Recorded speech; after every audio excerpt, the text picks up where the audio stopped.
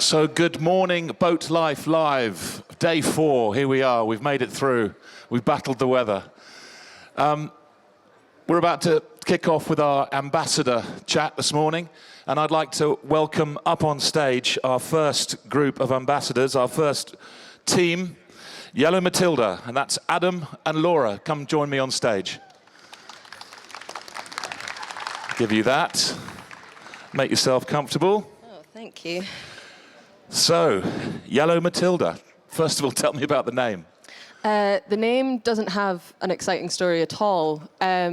We were living in Dundee in Scotland, finishing off our university degrees, and we actually decided to buy a van. So we've come from van life and moved to boat life. And our van... Upgrade. Upgrade. Well, yeah, this one has a bathroom, so that's wonderful. Yeah, so the van was yellow, and I liked the name Matilda, so Yellow Matilda. And then Yellow Matilda 2.0 was the boat. Brilliant, brilliant. Just shout when you need the next slide. We're going to rattle through a few... Yeah, so that was just a shot from one of our van travels in Where Portugal. was this? In Portugal? Yeah, so... Cape St. Vincent, and it was a brilliant time, but we definitely found land travel to be a lot more limiting. You spend a lot more time driving, a lot more time using up diesel and things like that. So the journey itself on the motorways and the things wasn't as fun as sailing. As this, and this is our boat. We have a Halber Grassy 312. She's got a yellow wrap, so she is still white underneath. So for the purists, don't worry about it. It's okay. It comes off. It's a sticker. And yeah, we bought our boat at the end of 2020. And really seaworthy. Very, very strong Halber Grassy, yeah.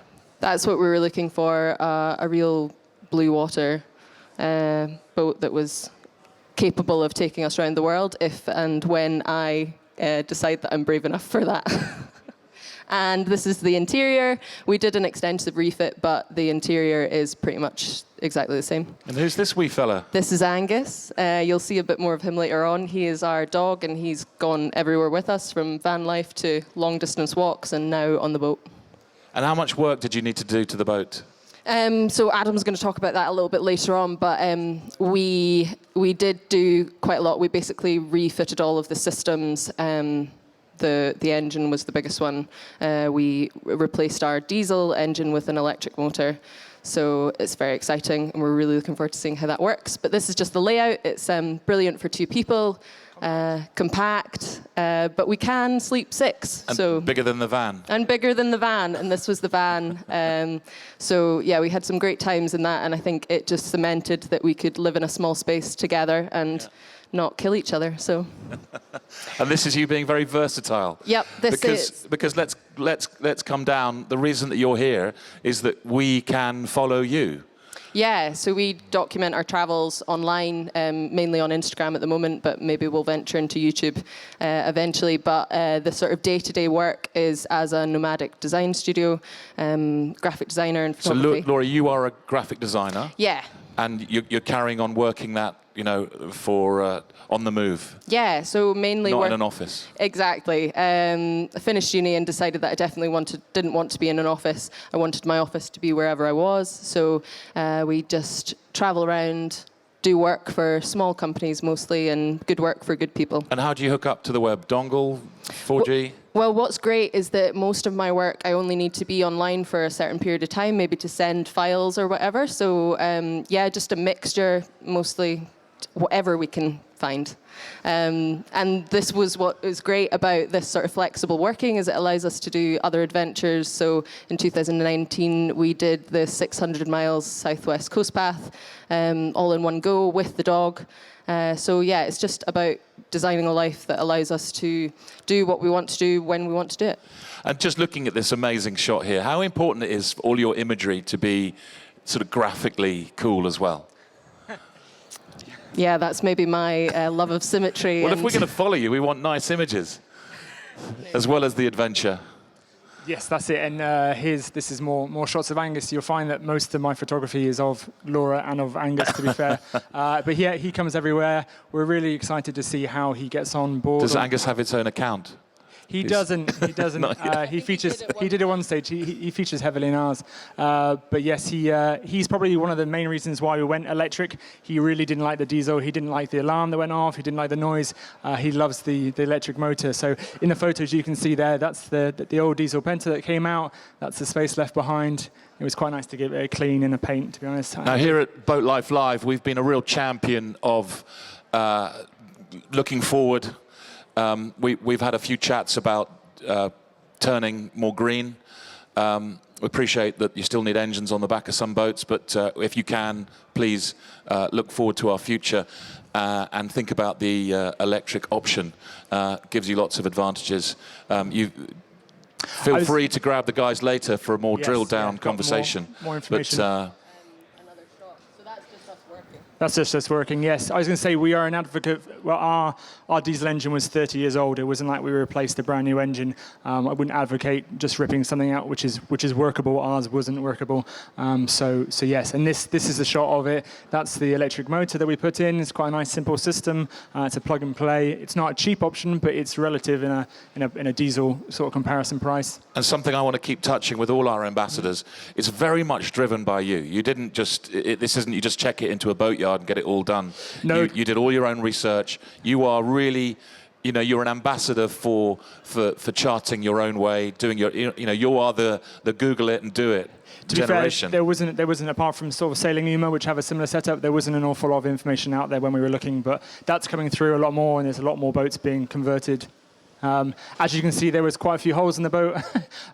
So one of the things, multiple things that we've learned over the last couple of years when we've been refitting is all the glass fiber repair, as well as all the electrics, new plumbing, everything like that. So it's been and we've done it all ourselves too. So it's been quite a journey, and we look forward to heading out and heading up towards Scotland and stopping off on the way and seeing some wild parts of the UK. So, ladies and gentlemen, we are going to follow a theme here because we're not only following all our amazing ambassadors, sailing the boats and going on the journey, but we're also following your decisions along the way, what kit to use, why you like the kit, how you use the kit, where's it from.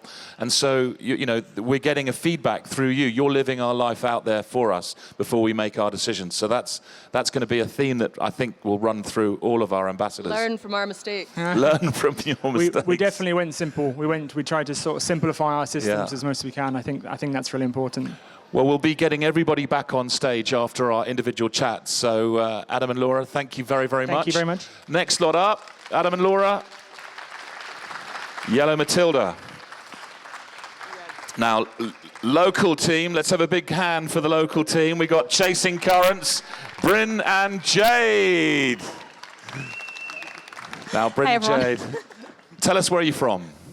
Well, I'm from Rowley Regis, which isn't far from here, and you're from Albury? Yep, not far. Yeah, so very local. We basically bought our sailboat back in January 2020, having never sailed before, never been on a sailboat before, didn't know anyone that sailed, and decided to just kind of take the leap and set up our YouTube channel. Now, if you didn't get it, never sailed before. So you really did just go, that's what I want to do, and you set at it. Yeah, we came across the idea first basically through watching YouTube and YouTube sailing channels. And yeah, we thought we could do this. This looks like an adventure, and we just went for it, to be honest. We bought our sailboat, that's Talisman there, and took the leap. And Talisman is a... She's the Sultan Stag 28, right. So she's a 28-foot sailboat built in the UK. 1978 she was built. Yeah, they made boats pretty thick and heavy and strong back then, didn't they? Sturdy. Yeah, it's a good sturdy boat. Yeah. They didn't skimp on the GRP. And I see you've got some electric options here, making use of the solar panels. Yeah, so thankfully she was more or less ready to sail when we bought her. So that's when we first got her in January 2020.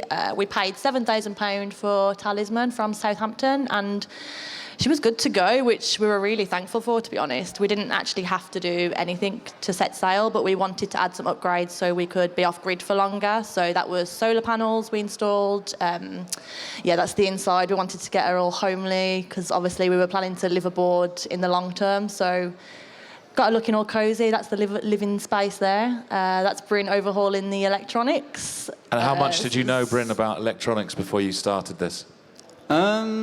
Not loads, especially nothing to do with boats. I'd worked with some electronics before, but I'm not like qualified in any way, shape or form.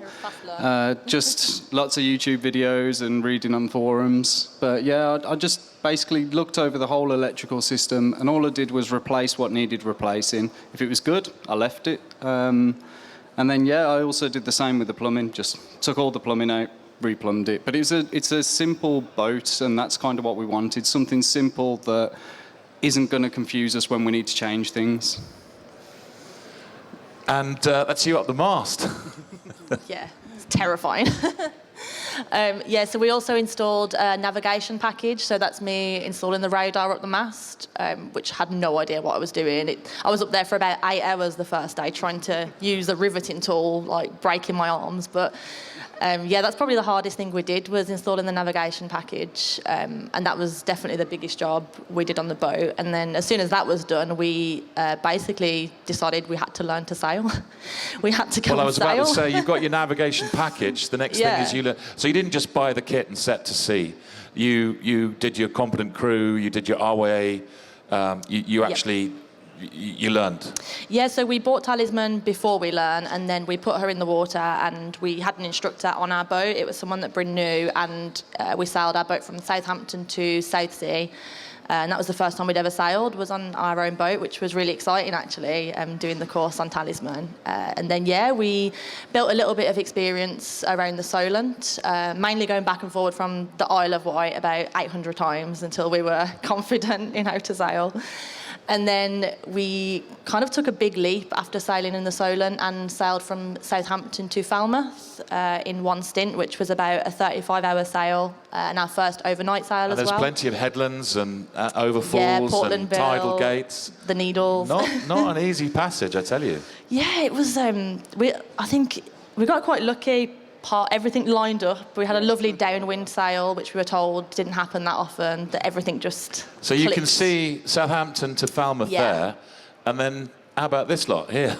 Yeah. What happened next? So we racked up about... You fancied a bit of sun? Yeah, it's a bit chilly. So we got about, I think we worked out 200 nautical miles sailing experience before we left for Biscay.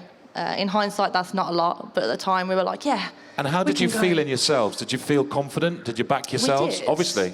We did feel confident, I think. Yeah, I'd say the amount of preparation we'd put into it, and obviously waiting for the right weather window, we backed ourselves because of being we put a lot of research into it. It was a 5-day crossing, and it was incredible. We found that we did get a good weather window, so we sailed pretty much 95% the way across. We saw some amazing animals. We had a few fin whales that came up to the boat, which were absolutely massive, way bigger than the boat.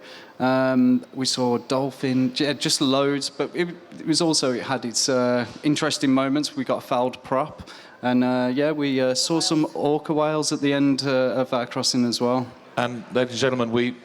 Down off Portugal, there's now exclusion zones because the orca whales have decided to start attacking boats like yours. And there have been some incidents of orca whales taking rudders off boats. So were you aware of all of that when you headed Yes, out? that was one of the things we was thinking about before we made the passage, but we thought they wasn't as far north when we set off, and we were one of the first boats that had an interaction in the Bay of Biscay that year. So is this you down in the Med now? So some of that one I think is the Mediterranean, and it was going around Portugal. Fantastic. And the Algarve. It was just great fun, and finally when we got to warm water and good visibility, we were straight in and we were diving as well. Yeah. And how important was it, and when did you start taking photographs and using social to bring people along on your journey? It was from the beginning. We knew that From we the wanted to document this and we wanted to put it out there. And we just thought it would be a good laugh and some fun to do at the same time, which we have. We have fun with it. We don't take ourselves too serious. Well, we love following you, and very brave, very courageous, and you've nailed it.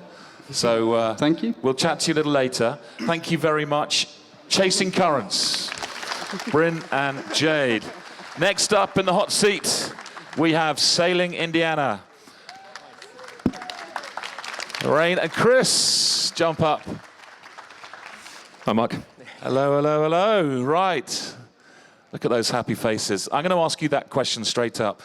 When did you decide to go online with what you were doing? Before you tell us what you were doing. I think from the very beginning, we sort of got the idea of wanting to live aboard a sailboat and wanting to sail around the world from watching YouTubers and from watching influencers and from just being online and getting that sort of inspiration from people our sort of age who originally maybe didn't know anything about sailing and came into it for a life that was more sustainable and for a life that was off-grid potentially and just away from the norm. So to begin with, we had no experience whatsoever, and we just thought this is the sort of life that we would like to live. So, okay, well, we need to learn how to sail, and that was the next thing for us. So this is the first time that we were on a sailing boat, and what we did first of all was go and do our novice to day skipper course. So that's in Gibraltar. And then 2 months... Well, that's not in Gibraltar. 2 months later, we bought a boat. So, and that is sunny Norfolk, on the Norfolk Broads, where Indiana was found. Oh, fantastic. So that's where the name comes from. And again, a really sturdy boat, nice big strong keel. Yeah. Nothing too racy. Keep it slow and steady. Yeah, so we sort of went for the biggest boat that we could probably manage with the amount of experience that we didn't have. So it's a 37.5 foot, 1989, Gypsy 372. So if you go back one picture, that's Norfolk. And if you know anything about the Norfolk Broads, you probably wouldn't be sailing a fin keel boat around. There's not a lot of water. There's not much. So the first thing we did was get the boat Very out. shallow, wasn't it? Yeah, we didn't have much experience of sailing around. And actually the one time we did take it out, we crashed it into the dock because that was our first time taking the boat out. I say we, it was me. So, and so we got it on the back of a lorry and got it down to Brighton on the south coast of the UK. And from there, we had to really look at undertaking some maintenance and what we thought was buy a boat and go sailing. And that's what all these other YouTubers were doing, and that's how easy it looked. But yeah, when you buy a second-hand boat, it's not always as easy as that. And so we spent a long time replacing running rigging, standing rigging. And how much did industry help, the suppliers that you bought things off? You literally said, look, we're not experienced sailors. Please, can you help us with this? Yeah, you're fully dependent on everybody around you and the advice that you can get online and the industry and people that you can speak to. And so having a boat that is secondhand, there's a lot of stuff that you do need, and there's a lot of people that you need to speak to get you on the water. So, and then this is us on the water after all of that heartache of not being able to get the boat ready for sailing for 8 months. Everything looks pretty ship-shape there. You got a little spring on, you got double sterns, and everything's looking great. Look at that. Almost looks like we know what we're doing. This is cows. So you went to the mecca of sailing, where the America's Cup started, the Royal Yacht Squadron, Cows Week, and you decided to go and check that out. As you know, for us, it was just another marina. But apparently, it's cows, and you've got all of these amazing things there. But no, that was the reason we went. So it was cows, and we wanted to just achieve something that summer. Having all the engine issues and the rigging issues, we wanted to say, look, we can get the boat ready, go down to the Isle of Wight. We've achieved something this year. And by this time, when you start doing this and start posting that you're swapping pumps and engines and things out, how much of a following did you have? I don't know. I mean, the following is growing, and it's of people that are sort of like-minded, or it's people that could give us advice and help us out. So things like taking the engine out of the boat, we have no experience with engine maintenance and what to do. So we've gained a lot of experience from the following and from people that have been along for the journey and that have been really kind to us. So, Sharing advice. So do you think for what you're doing, the first thing you need is just a can-do attitude. Yeah, maybe a bit of stupidity and bravery kind of go. It's a fine Some line blind between faith the two, absolutely. and a can-do attitude. Yeah, and some YouTube tutorials and Yanmar engine manual and just kind of go for it, really. Get the manual and off you go. Yeah. And do you find working as a team, your different skills support each other? Yeah, definitely. We've not Keep the show on the thrown road. the engine at the other one yet, so it's, it's all okay. Well, we look forward to talking to you in our group chat. Yeah. Thank you very much. Again, amazing. And, power to you for just having a go and getting on the water. And we look forward to following you. You're heading up round Britain, heading north. Or are you going to go south? When the engine's done, When things are ended, yeah.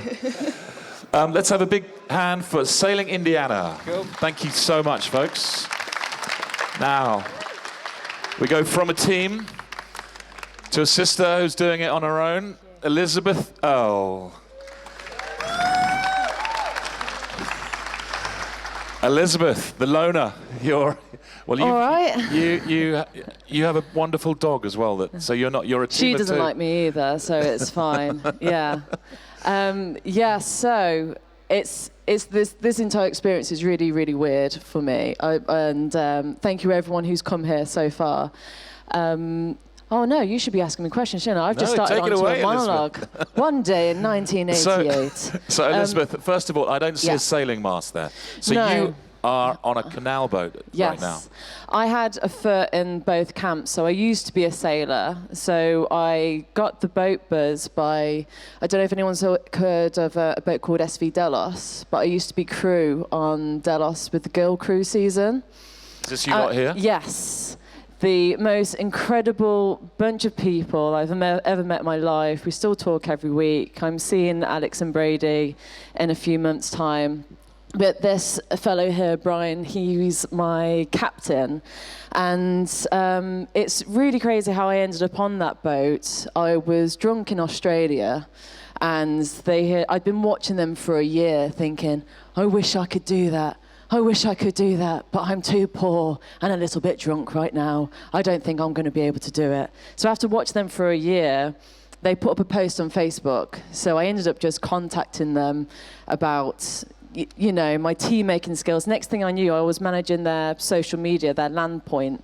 And then they asked me, would I like to go to South Africa and cross the South Atlantic with them? And I said no. I was like, no, I'm busy. I'm trying to become an adult in Australia. And then they asked me again, and I was like, I'm going to be a fool if I say no. So I went to South Africa. My mum and dad were very, very upset with me. I don't think my dad spoke to me for 6 months when I went because he was so upset. But I'm terrified of the sea. I'm not one of these people who feel the resonance with the ocean. I'm terrified of it because it's so capricious. It's so changing. And there'd be monsters under there. So becoming a sailor, I was thrown out of my comfort zone. I didn't know what I was doing. But after 6 months at sea, and when I eventually left Delos, I had so much gumption that I decided to buy a hurricane boat in the Caribbean at auction, unseen, because I'd had a little bit too much to drink. So most of my decisions in life has been influenced by Captain Morgan. I'm not saying he's a great pal, but you do get pushed out of your comfort zone. So this is Papageno, and somehow, we managed to restore her. She's a 1969 39-foot Amel Euros, 2-mast, and when I got her, she was completely destroyed. And because I had adopted a street dog on the way, and they told me, she loves sailing, she loves people, she loves children. It was all a big lie. She hated all of it. So then I eventually bought the canal boat. And that's you here, yes, working on that. I've got a thing. Absolutely beautiful inside. I've got a thing for Rex. It describes my love life. So, tell me, when did you start going social? When did you start posting your journey? It wasn't intentional because when I joined Delos, the crew I wasn't supposed to go on board, but the other crew, they were like people who were great with cameras or whatever, but I was just a Sure, writer. you're wearing a GoPro up the rig. On Yeah, some of the early slot, Brian was like, just put this on your head, Liz. I was like, I don't like heights. Why am I going up here? But I was the writer, so I took care of the blog because that's the deepest thing I love. I love writing books. That is my joy. That's why my name on Instagram is Earle Writes. My captain, Brian, he came up with it because my name's Elizabeth Earle. And then I started the blog, and then people started following me on Instagram because I was crew on Delos. And then when they heard I got the sailboat, it kind of skyrocketed. But with that comes the other dark side of social media, you know, trolls, threats, cyberbullying. It can be really incredibly dark and horrible. Some people, they can, I don't know where they get it from, but just so you're aware, there's a whole other side to the social media. It's not all sunsets and avocado sandwiches and being all beautiful. Sometimes it's about crying at 2 a.m. because someone in Kentucky has told you that he hopes your dog will eat you at sea. Well, there's haters are going to hate, Yeah. but you just keep the love going with showing beautiful pictures of your boat. So this is Leviathan. She's a 32-foot fiberglass canal boat. There was nothing inside, absolute wreck. So I've been renovating for the past 2.5 years, thanks to some lovely people. And yeah, so she's my home. She's teeny tiny, but it's just me and the dog. So now I encourage everybody out there to get on to Instagram. We've got links from our BoatLife Live site, and have a look at everybody's sites on your phone. So I did talk quite a lot, didn't I? I am you sorry. were fantastic. Like, oh my well, we look God. forward to talking to this, opening this subject out when we Okay. get everybody up on stage. Yeah. Elizabeth, thank you very Thank much. you so Elizabeth much. Earle, Thank you. Now, next up stage, we'll in the hot seat, we've got 2 crew and a Cockapoo. Welcome, welcome. Cockapoo, where is your lovely dog at the moment? I know that she couldn't come today. Yeah, he's waiting for us, ready to walk him straight after this. Bilston. Bilston, Is that yeah. right? Yeah, which is pretty close to here, actually, if anyone's been there. So Gabs, tell us, so you're another canal boat? Yeah, we are. It's very, very different from the sailing world. It's not quite as adventurous, but it definitely does have its own trials and tribulations. This is 2 crew and a Cockapoo. We bought a brand new Collingwood sail away. We basically watched Sarah Beanie's How to Live Mortgage Free and thought, do you know what, we can do that. It's a bit of a cheaper lifestyle potentially. We didn't like necessarily how a lot of these boats are fitted out, so we said, let's do it ourselves. Callum's got some building and plumbing experience, so that's sort of where it all started for us. And I see you've gone the electric option as well. Well done. Yeah, we're really conscious about making sure that they're as sustainable as a canal boat can be. Yeah. And how's the putting green going for you there? Oh, excellent. The dog loves it. How long is your boat? This one was 60 feet by 12 feet. So again, compared to the sailing boats, you've got a little bit of extra space in there. Look at that down below. Isn't that comfortable? I'd spend time on that. I'd live on that. Look, beautiful. And did you do a lot of this work yourself? Everything. Everything? Yeah, we did everything. We basically bought the shell for 50,000, moved on with a pound and a meal deal and a tent, and then just used what we were spending in rent to do the boat up. This was the one that was actually on George Clark's Amazing Spaces. So we gave them a list. We said we want to put a skylight in, we want underfloor heating, we want Tesla-style car batteries. We then learned about the boating community, and they went, no, they can't do any of that. And I went to Channel 4, oh, we can't do any of this. And they went, well, that's why you're on the show, so you're doing it. So we went to structural engineers about the skylight. We went to people that knew about lithium technology. Is this the same boat? So this is the one after that. boat. We started doing it for friends. Just through word of mouth, we realised that the trades on the canal were far and few between, and if they were either turning up with a beer or no qualifications. So, you know, what I can see a theme running through our ambassadors here. Just the will to just not take no for an answer. Yeah. And how much Googling did you do? Just a lot of YouTubing. Lots of YouTubing. Lots of I'm books. from a heating engineering background, so I've got real OCD about systems. Like I say to people clients when they come and ask about a boat, I say it doesn't matter what tiles you use, it doesn't matter what our wall paneling is. If you haven't got the systems correct, it's a horrible way to live. You know. These are absolutely beautiful images. Look at that. Yeah, and we always try, so I don't get bored. Essentially, I push for each boat to have a theme.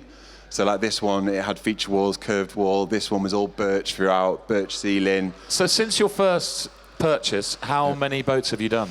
We've done 5 full fits, and then we've done 6 assisted, where it's people that have bought them and then go, I can't, and I go, okay, well, I'll do the bits you can't do.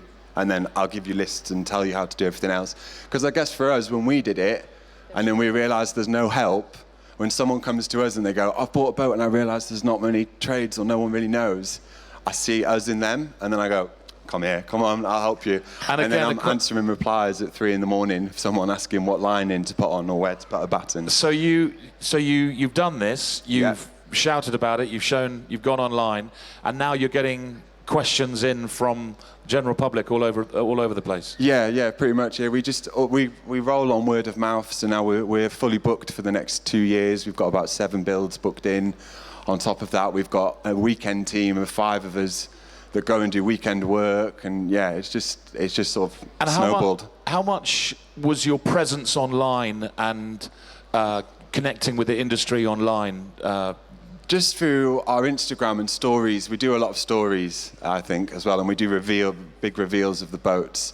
And our clients as well, once they get a boat, they tend to set up an Instagram of the lifestyle, so then that pushes it back as well. Do you do any paper and advertising, any advertising anywhere else? To be honest, I've only just started releasing the business as its own entity, because we haven't actually had time to get.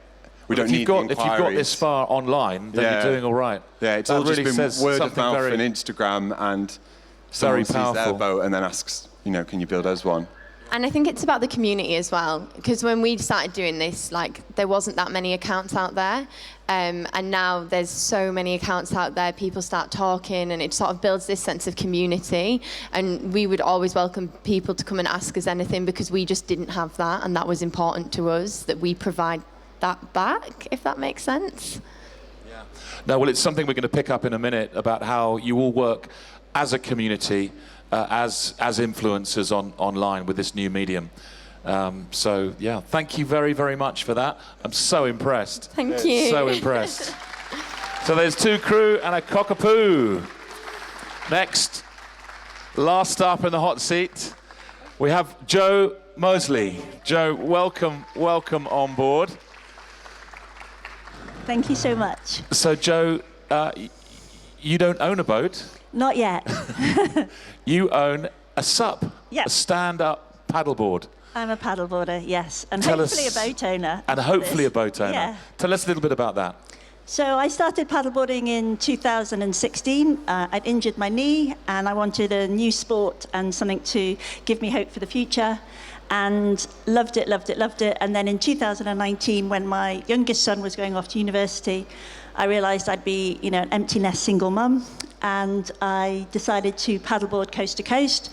Became the first woman to paddleboard from Liverpool to Goole across the country, and I was picking up litter. I'm an ambassador for the 2-Minute Beach Clean, and I pick up litter every day. So as you paddle, you pick a bit of litter up when you see it. Well, that's fantastic. Thank you so much. And shame on you, people that litter. Seriously, put it in the bin.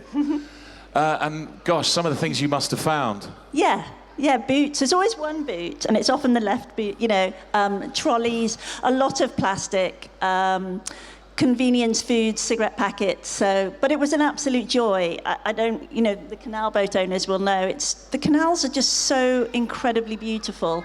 Okay, not so beautiful with the weed. So that's a bit of runoff and a bit of algae. Yeah, that was Gano Tunnel. So there's 2 tunnels on the Leeds-Liverpool Canal.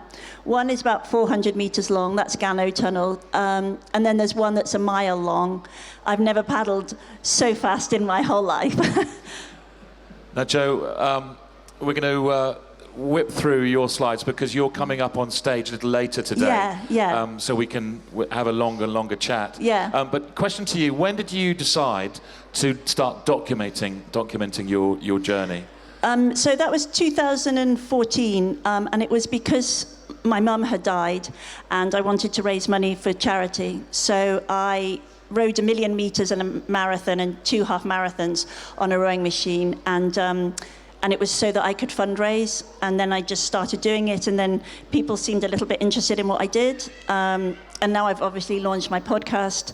So I just document what I do, but as I told you, somebody said to me that my superpower is my ordinariness. And I think, I wrote a book as well. That's coming out. Oh, she wrote a book. Well done. Yeah, sorry. Well done. But my superpower is my ordinariness. Available on Amazon? It will be in June, yeah. There we go. Thank you. But my superpower is my ordinariness. I am so incredibly ordinary that I think people can relate to me. So hopefully it just will encourage other women to do what I've done. Absolutely. You are an absolute inspiration. And please come back to our talk a little later on today where we've got you and David Haas Thank you. On board. What a beautiful, gosh, that is tranquility. Look at that. So, Jo, thank you so much. Let's have a round of applause. Don't go anywhere, Jo. So what we're going to do now is we're going to invite everybody back on stage. Everybody come back up. We'll push this sofa back. Don't kick the laptop. We'll just throw that back. There we go. And we'll get everybody up on stage because we're going to throw this whole subject around. Gather round. And Jo, because you're holding the microphone, come on, everybody up. Spread over. Don't worry about the TV. Okay. Jo, have you come to the front? Okay. So what do you think? You and I are a little bit older than these young bucks, just a little bit. What do you think? Do you think it's a generational thing? Do you think this new cult of putting your story online and reaching out through social media? There are lots of, so I'm 57, there are lots of women that do it, maybe not as many as the younger generation. I am obviously probably old enough to be all their mothers, but I am so inspired by what they do. And my son wants to buy a boat, and when I go away, I'm just going to say, yeah, let's do it. I don't know what sacrifices we'll have to make, but I am so genuinely inspired by the way they live their lives. And also they took a lot about in the environment and the impact and community, and so I think we can all share in that. So yeah, I'm going to cry. Absolutely. So from my point of view, I grew up reading magazines. If I wanted to learn about sailing, you'd pick up sailing magazines, you'd read books, and it was very much journalist-led. You had to be a yachting journalist like Bob Fisher or Martin Tasker, these sort of people. But you are now this whole Instagram, YouTube revolution has completely changed the way you find out about this amazing sport of boating. And I think that I'm going to get you to pass the microphone to someone else. I think we from the older generation are learning a hell of a lot from you, and you're going to show us how to do it, and we can tag along as well. So, I mean, voice of the youth, if anybody wants to take that. Do you think it's a generational thing? Well, I think the talk yesterday from Tom Cumleth sort of shows that it's actually something that's been going on forever. I mean, he's the original Sea Gypsy, and you've got the parties and all of these amazing people that they've been out there for years doing this, and without an audience, without anyone saying, "Oh, well done, this is amazing." And it's great that we can have that now, but I don't think it's any different than what it's always been. There's always been those people that have strived to go beyond the horizon or just live differently, simply. And I think you can find that inspiration from all areas. So, now a question, if someone would like to take this one, how do you feel about the fact that you do have an audience? That when you do something, you put it up online, good or bad, and there's going to be some comment. It's always just a bit shocking, really, when you put something out there and then suddenly you look and you've got 300, 400, 500 likes, and we've had a few recently that have been shared on other people's pages, and then you're kind of and sometimes you look at your insights and you think, God, how has it reached? How are this many people interested? Like, do you know what I mean? I don't. It's more just the shock of it that you realise how many people you're reaching, or someone will message saying, I've followed you for ages and I really want it, or someone sends you a picture of something from years ago which might have been from a story and said, by the way, how did you do that? And it's like they've saved that for when they do theirs. And I always just think, it's just mental that what you're putting out there is actually impacting people's lives in some way. So, yeah. Well, I'm sure you get a lot of joy from the feedback you get, as long as it's not negative, as you said, Elizabeth. Just there's no place for that online. Brynn, can I ask you? You started from sort of ground zero, you two. What was it like exposing yourself not only on the high seas but out online? The fact that you're starting from nothing and growing out there. I'd say filming yourself is just weird. It's not a natural thing to do. But we made videos at home anyway before we started YouTube. Like if we went walking up the Brecon Beacons, we'd do things like that. But yeah, it's just been really. It's fun, it's enjoyable, and we like documenting what we're doing anyway. So the fact that it might help some other people, or if people are interested in it, that's just awesome. Now, I don't know who else wants to take this one, maybe Adam. As far as keeping the money coming in while you're doing this, the ability, Laura, you said that you run a successful graphic design business from so keeping the money coming in. Obviously you're now finding it that the posting has now created a business. Can you talk about keeping the money coming in while you're on your travels? I think for us it's a little bit different because Laura sort of designed our design agency as a nomadic sort of term, in the fact that we could go away and do that remotely from the very start. It's not something that we've necessarily picked up along the way, and we get a good chunk of our business through followers, which is lovely, and that's nice to see. But we are not at a stage where we make money from social media in the same sense as others, sort of thing. Is that a drive for the future, or do you want to keep things pretty pure? Because without being contracted to anything, you can go where you want with it. I think there's definitely an element of that for us, that we would rather be separated in that sense. But that doesn't mean that things won't change in the future. Yeah. Now I'm going to pass. We get the microphone down here. Elizabeth. Yes. How do you feel about being part of this wider community? So you're on your canal boat. Yeah. There's Brynn boats down in the Mediterranean. So you're now as you all travel to the corners of the world, you're part of this family. How do you feel about that? It's really weird. I don't really know what I'm doing, to be honest. I feel like I'm winging life at the best of times, and it's just, you find communities in different areas, whether you're, take up roller skating, or whether you want to collect stamps, or whether you want to do boating. I think what is great about the similarities is the shared empathy. Sometimes you can't whinge to your parents at home, I do not want to empty my porta potty every 4 days. But then you turn to the boating community, and that is all you talk about, toilets.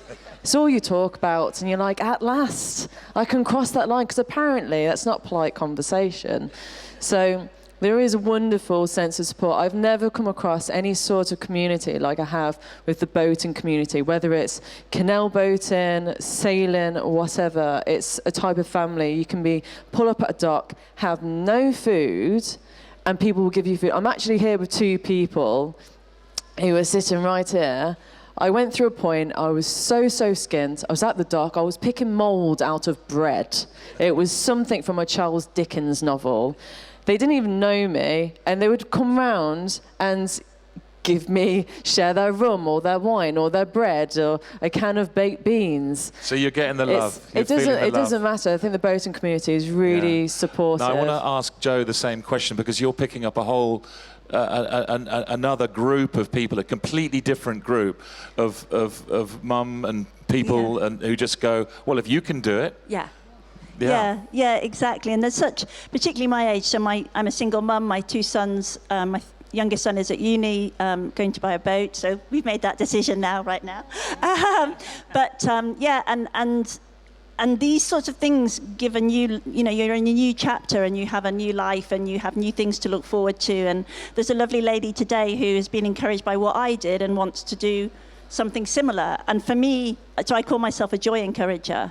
I don't intend to inspire people, but if I can encourage somebody to do something that brings them joy, then everything I do is worth it, everything. And this is such a lovely community. I feel so privileged to be part of it. Well, that's why we called the show Boat Life Live, because this is live boat life. Even though we're in the NEC, we're around boats and loving boats.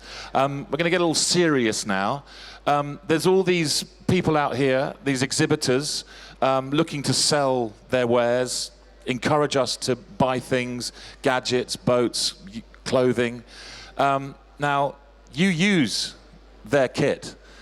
So one of the things about influencing is you might pick up a piece of clothing and say, gosh, this is the best foul weather jacket I've ever had. Or you might say, this thing leaks. Now, how do you feel about your voice, your equipment? Maybe, Chris, you take that one. And how do you feel about your word affecting I think calling it influencers is a very strange thing, I think, for all of us. But you are right in the fact that we do have a voice, and we are able to sort of give that advice to people in the same situations as us. So I think all of our advice has come from people who are a few steps ahead of us and people that have done what we're aspiring to do. So we've asked them similar questions. So if it's, what sort of navigation equipment do you use, or what sort of wet weather gear do you wear, then those answers are going to come from people that have, trodden that path. So and I suppose we get similar questions even now, and we can give that sort of advice. So yeah, I suppose as an industry point of view, maybe that's why we do sort of come to their attention. So your message isn't just for your followers, but it's also for industry out there to wake up and see the fact that you have, collectively, you've got well over 1 million followers collectively, well over 1 million followers. And, that's got a force. And if I'm an advertiser, if I'm trying to sell something, do I spend my marketing budget in a magazine, or do I go and have a chat to you guys? And I think this is the way forward, folks. Get on Insta if you want to know. Get on social media. Follow these influencers. Follow our ambassadors and learn about our kit and the stuff we use, Chris. Yeah, I think just come and have a chat with us. If you're planning something or in a similar situation that we've been through, then just come and have a chat. And we're all, nice people. So we're going to wrap things up fairly soon. Do please, find a time to have a chat to our amazing ambassadors. They're incredible people. They've all charted new territory wisely, cleverly, optimistically, and you're an absolute inspiration to all of us. So thank you very much for being our ambassadors here at BoatLife Live 2022. Let's have a big round of applause. Thank you so much. Go forward and tweet.